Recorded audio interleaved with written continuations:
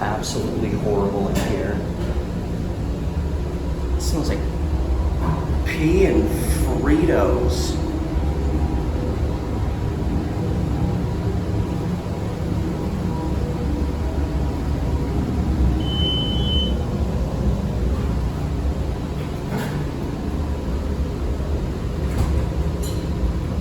Thank you. Oh God, fresh air, thank God. Well, everybody, how you doing? Steve the Amateur Historian. I am out here in the, I almost said Haight-Ashbury neighborhood, the Hosford Abernathy neighborhood. You can see downtown Portland, quite a ways across the river there. But I'm going a little ways over here, not too far. And this is one of those stories that I'm really surprised, considering what it consisted of and after all the time that's passed. Really surprised that it is very much a forgotten story. However, there may be, with what little information is known, there may actually be a possible explanation for why this story seemed to disappear almost as quickly as it arrived.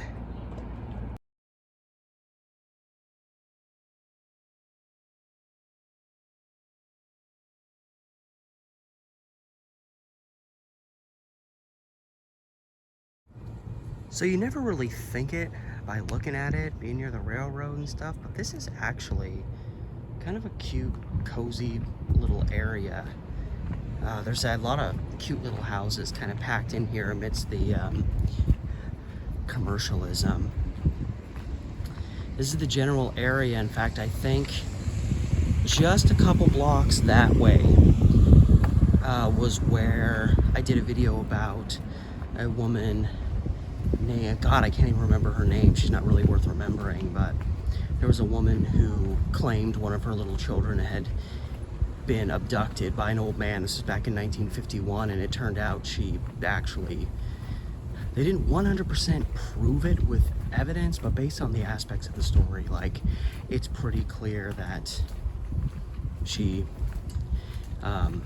Cater was her last name. I, for some reason, just can't remember her full name, but she lived just a little ways off this way, and I'm just going a little ways off this way. And this story is so obscure that I don't even know exactly where it happened, but I have a pretty good idea. And I mostly know this because of an article that was completely unrelated to this story, but in this area near would be 24th and Ivan, which Ivan is just a block up there, and I'm approaching 16th, so we're heading in that direction. And there was a home there owned by a woman named Grace Peck, who was a former member of the Oregon State Legislature, and by 1978 she was in failing health, and they had a sale to get rid of like all these, you know, items that she'd owned that were just filling up her house that she was never going to return to. And in the article, a man named Robert Matthews, Buzz was his nickname, he was quoted in the article because he was helping get this sale set up to remove these items. And it mentioned that he was a neighbor that lived close by, so that led me to recognize, okay, so if Grace Peck lived at 24th, approximately 24th and Ivan, they had to live close to there.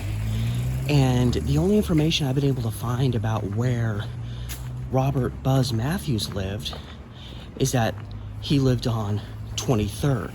So my guess is he lived somewhere in the vicinity of 23rd and Ivan. So we're gonna go to that area now.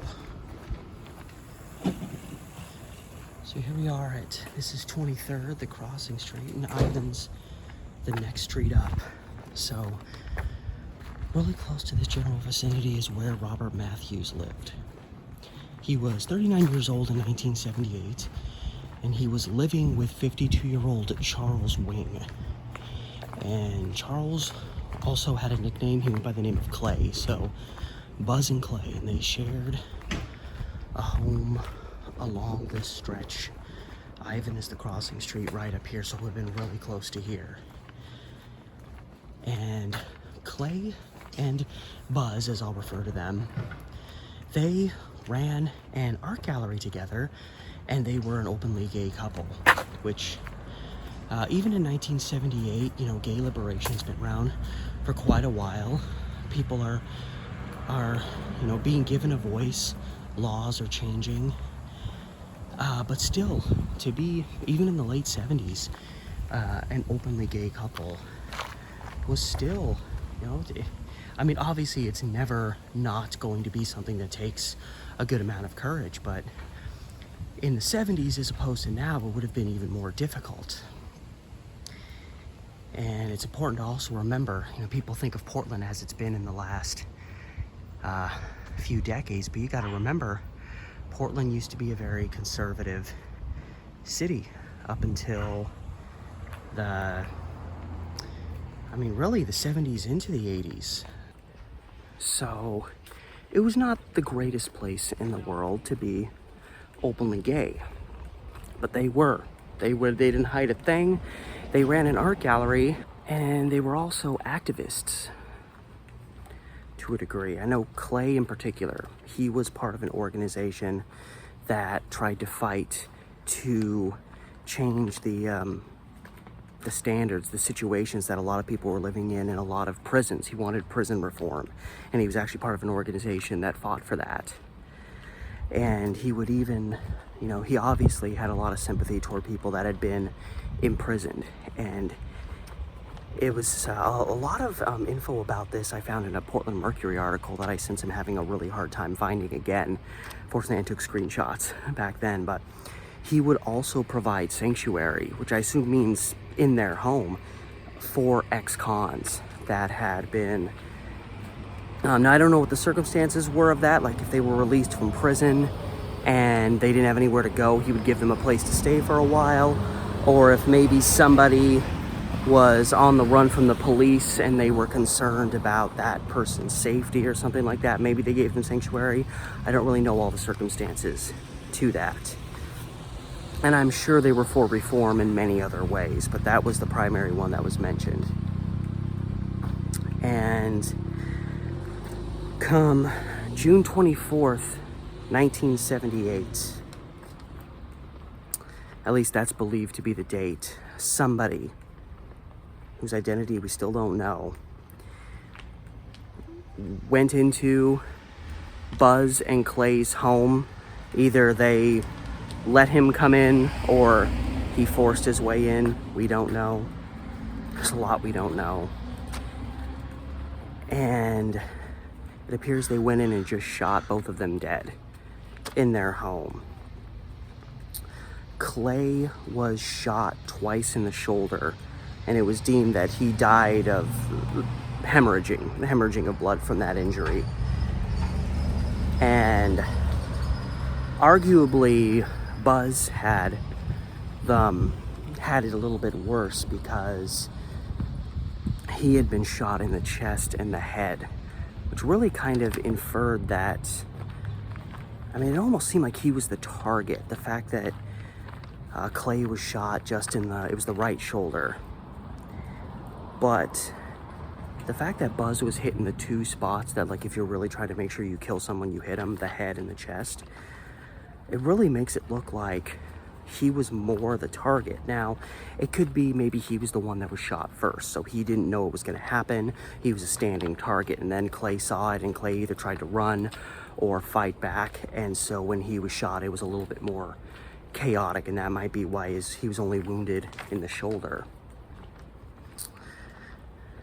And before someone comes on, because again, there's not a lot of information on this case, before someone comes on and says maybe it was a murder-suicide, let's just examine that. Okay, first of all, these were people that were fighting the good fight, and they had a pretty good life together, it seems, overall, they felt they had a purpose. They had a gallery that was very popular that they ran.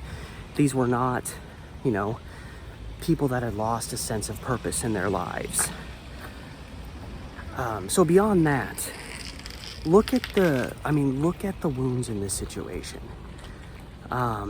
If, say, Buzz killed Clay, well, he only shot him in the shoulder. Why would you assume that would kill someone? And then he's able to shoot himself in the head and the chest. I feel like the first shot would have put him down and he wouldn't have been able to do the next one. And then if you reverse that, what if Clay shot Buzz? You know, okay, he gets shot in the head and the chest, that checks out, but if Clay's gonna kill himself, why would he just shoot himself in the chest? That makes no sense. So I just before somebody tries to make that argument, let's just get that nonsense off the table. Back at 23rd and Ivan, again, not really dead certain, but they lived either right in this area behind me or right in this area that I'm walking through now. It had to be there, because 24th and Ivan is just diagonal, or actually no, it's right back that way, just one block down. And the bodies of Buzz and Clay weren't found for at least a day or two after they were killed. A friend of theirs stopped by because I guess they were all gonna go on a 4th of July camping trip together. And when the friend entered, it was about 5 p.m. And I guess they were under the impression that these two guys would be home, but they were, the friend who arrived was kind of a little perplexed, a little suspicious. It was 5 p.m. and he was able to gain entry to the home, but it was dead silent when he got in there. Nobody was there to answer the door. Nobody was there in the living room when he first came in. Nobody came out to greet this person who had just walked into their home. So it was kind of strange. So the friend, the friend decided to take a look around and make sure things were all okay. And that friend had the horrific task of discovering their friends and this couple both shot dead in their home.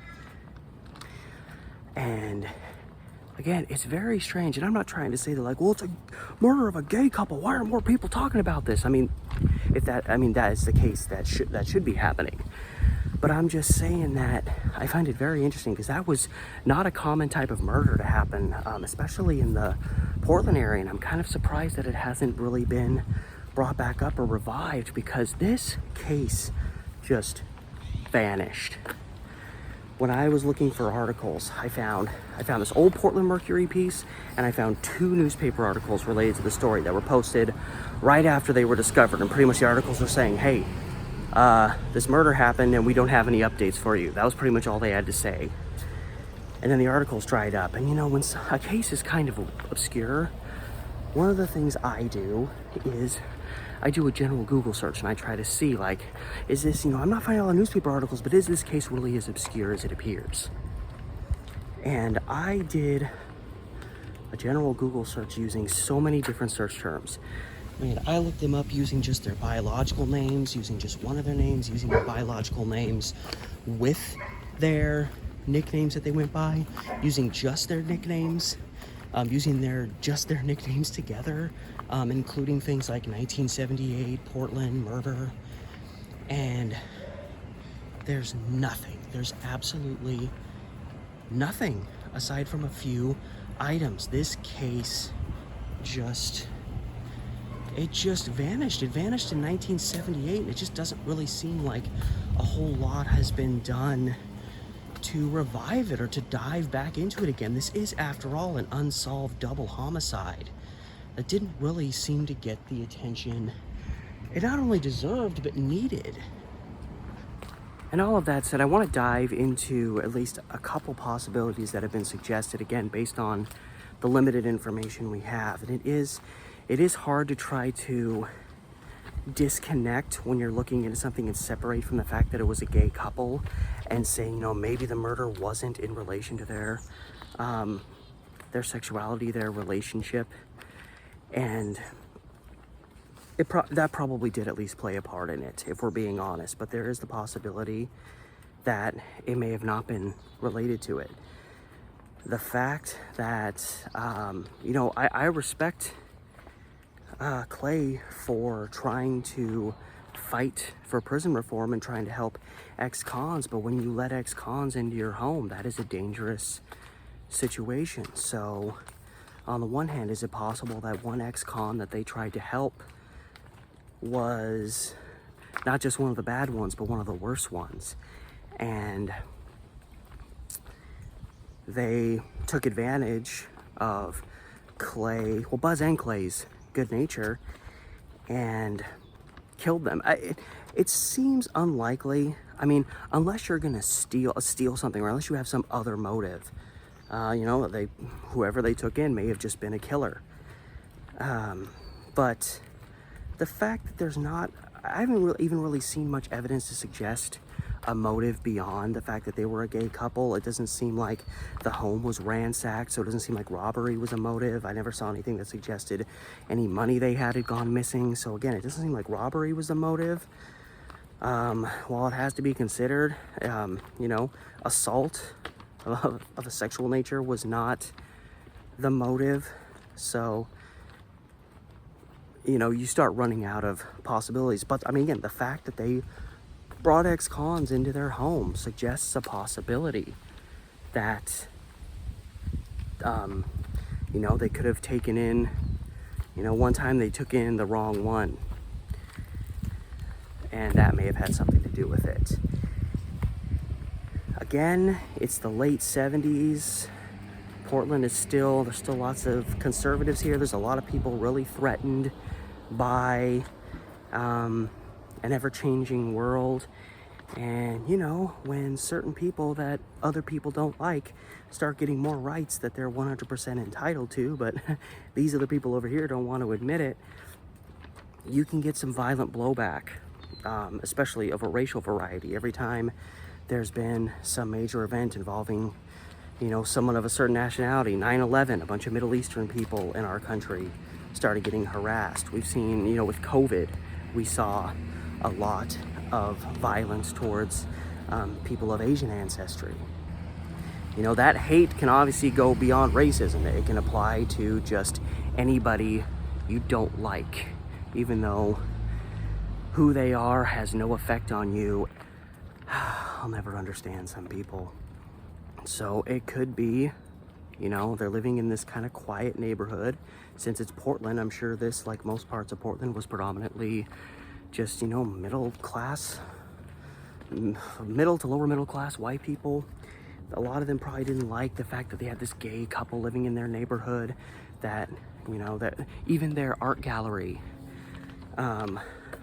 was very gay centric, and I'm sure that pissed a lot of people off. And I'm sure at least some locals knew of what they were doing vis-a-vis like letting ex-cons stay with them. That's a lot of little things that I could see pissing off the wrong person in the neighborhood. And it could even, how many stories have we heard of, some angry person going and confronting someone, and they happen to have a gun and an argument ensues, and the guy with the gun just shoots the other people dead? Is it possible that a local could have gone over there and had an altercation with them and told them, we want you out of our neighborhood. We want you to stop bringing all these ex-cons around and messing up our neighborhood with your deviant lifestyle and all that crap? It doesn't seem to me that Buzz and Clay were ones to back down and to just say, oh, you know what? I guess he's right. We should just leave. No, I don't think they were the ones to back down and listen to that crap.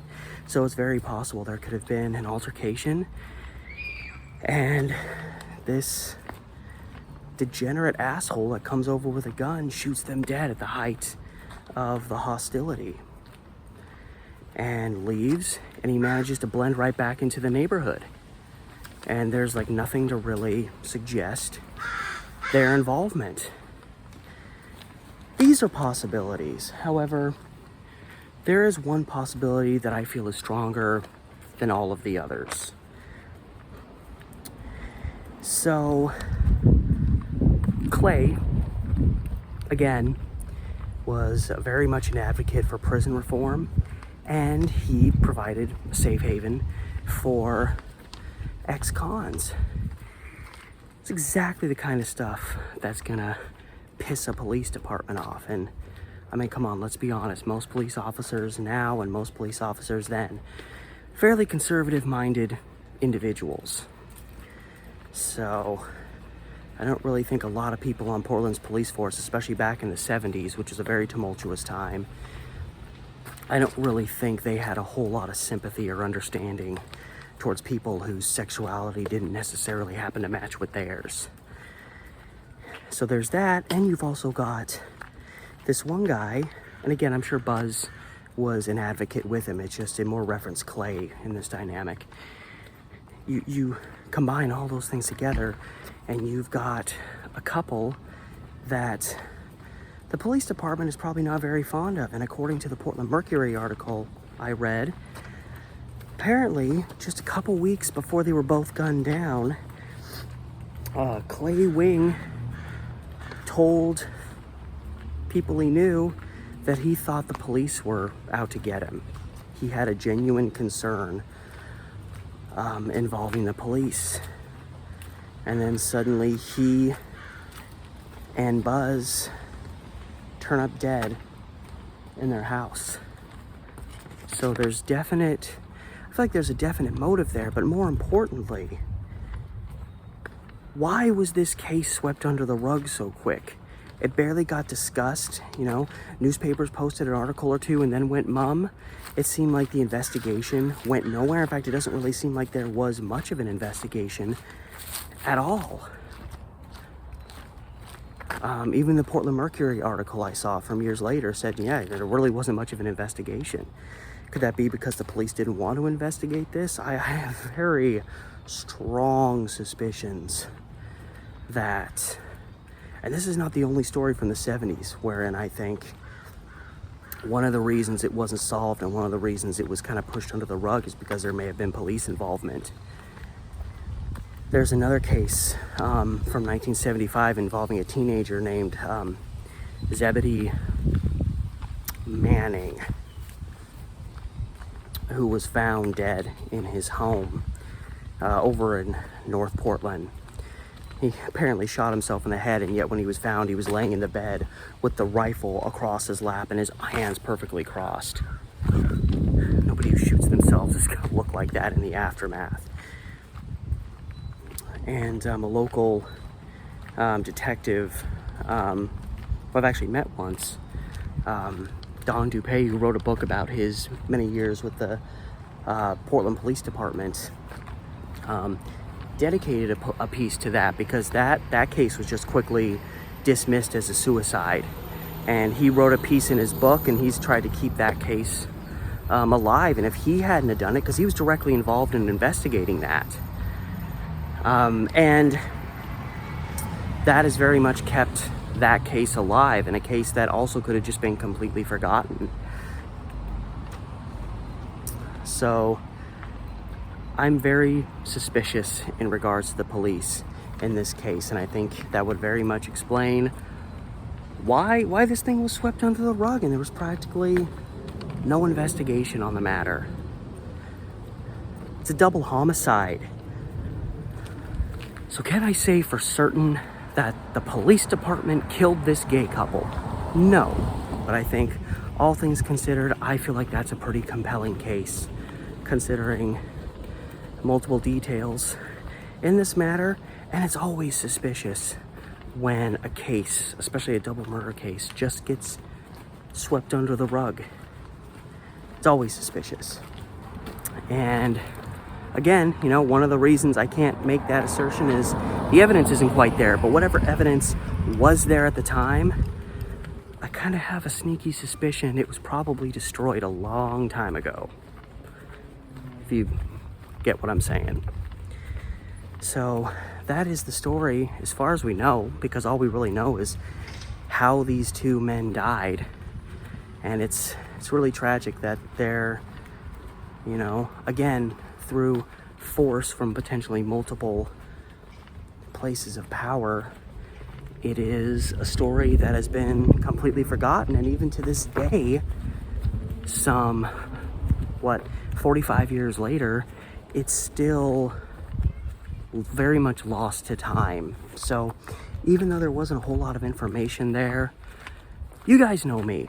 When there is a story that is forgotten, obscure, nobody's talking about it, but justice has not been served, you know I'm gonna find the time to go out and talk about it. And that's what I wanted to do out here today for these two people that, you know, I think they were just doing the best they can, and I feel like doing the most they can or could with what they had to work with at the time. And I think they really were trying to make a positive difference, a difference they believed in. Obviously the prison system is an absolute joke, so it is an obvious thing if you're looking for reform in our country. The prison system is one of many that is worth focusing on. So all that said, from now just a little east of the Hosford-Abernathy area, I want to thank you all for stopping by. Remember, if you want to help my channel out, help it continue to grow, if you haven't done it already, remember to like, share, subscribe. There's a Patreon in the description with this video if you want to help me out there. And until next time, it's been Steve the Amateur Historian.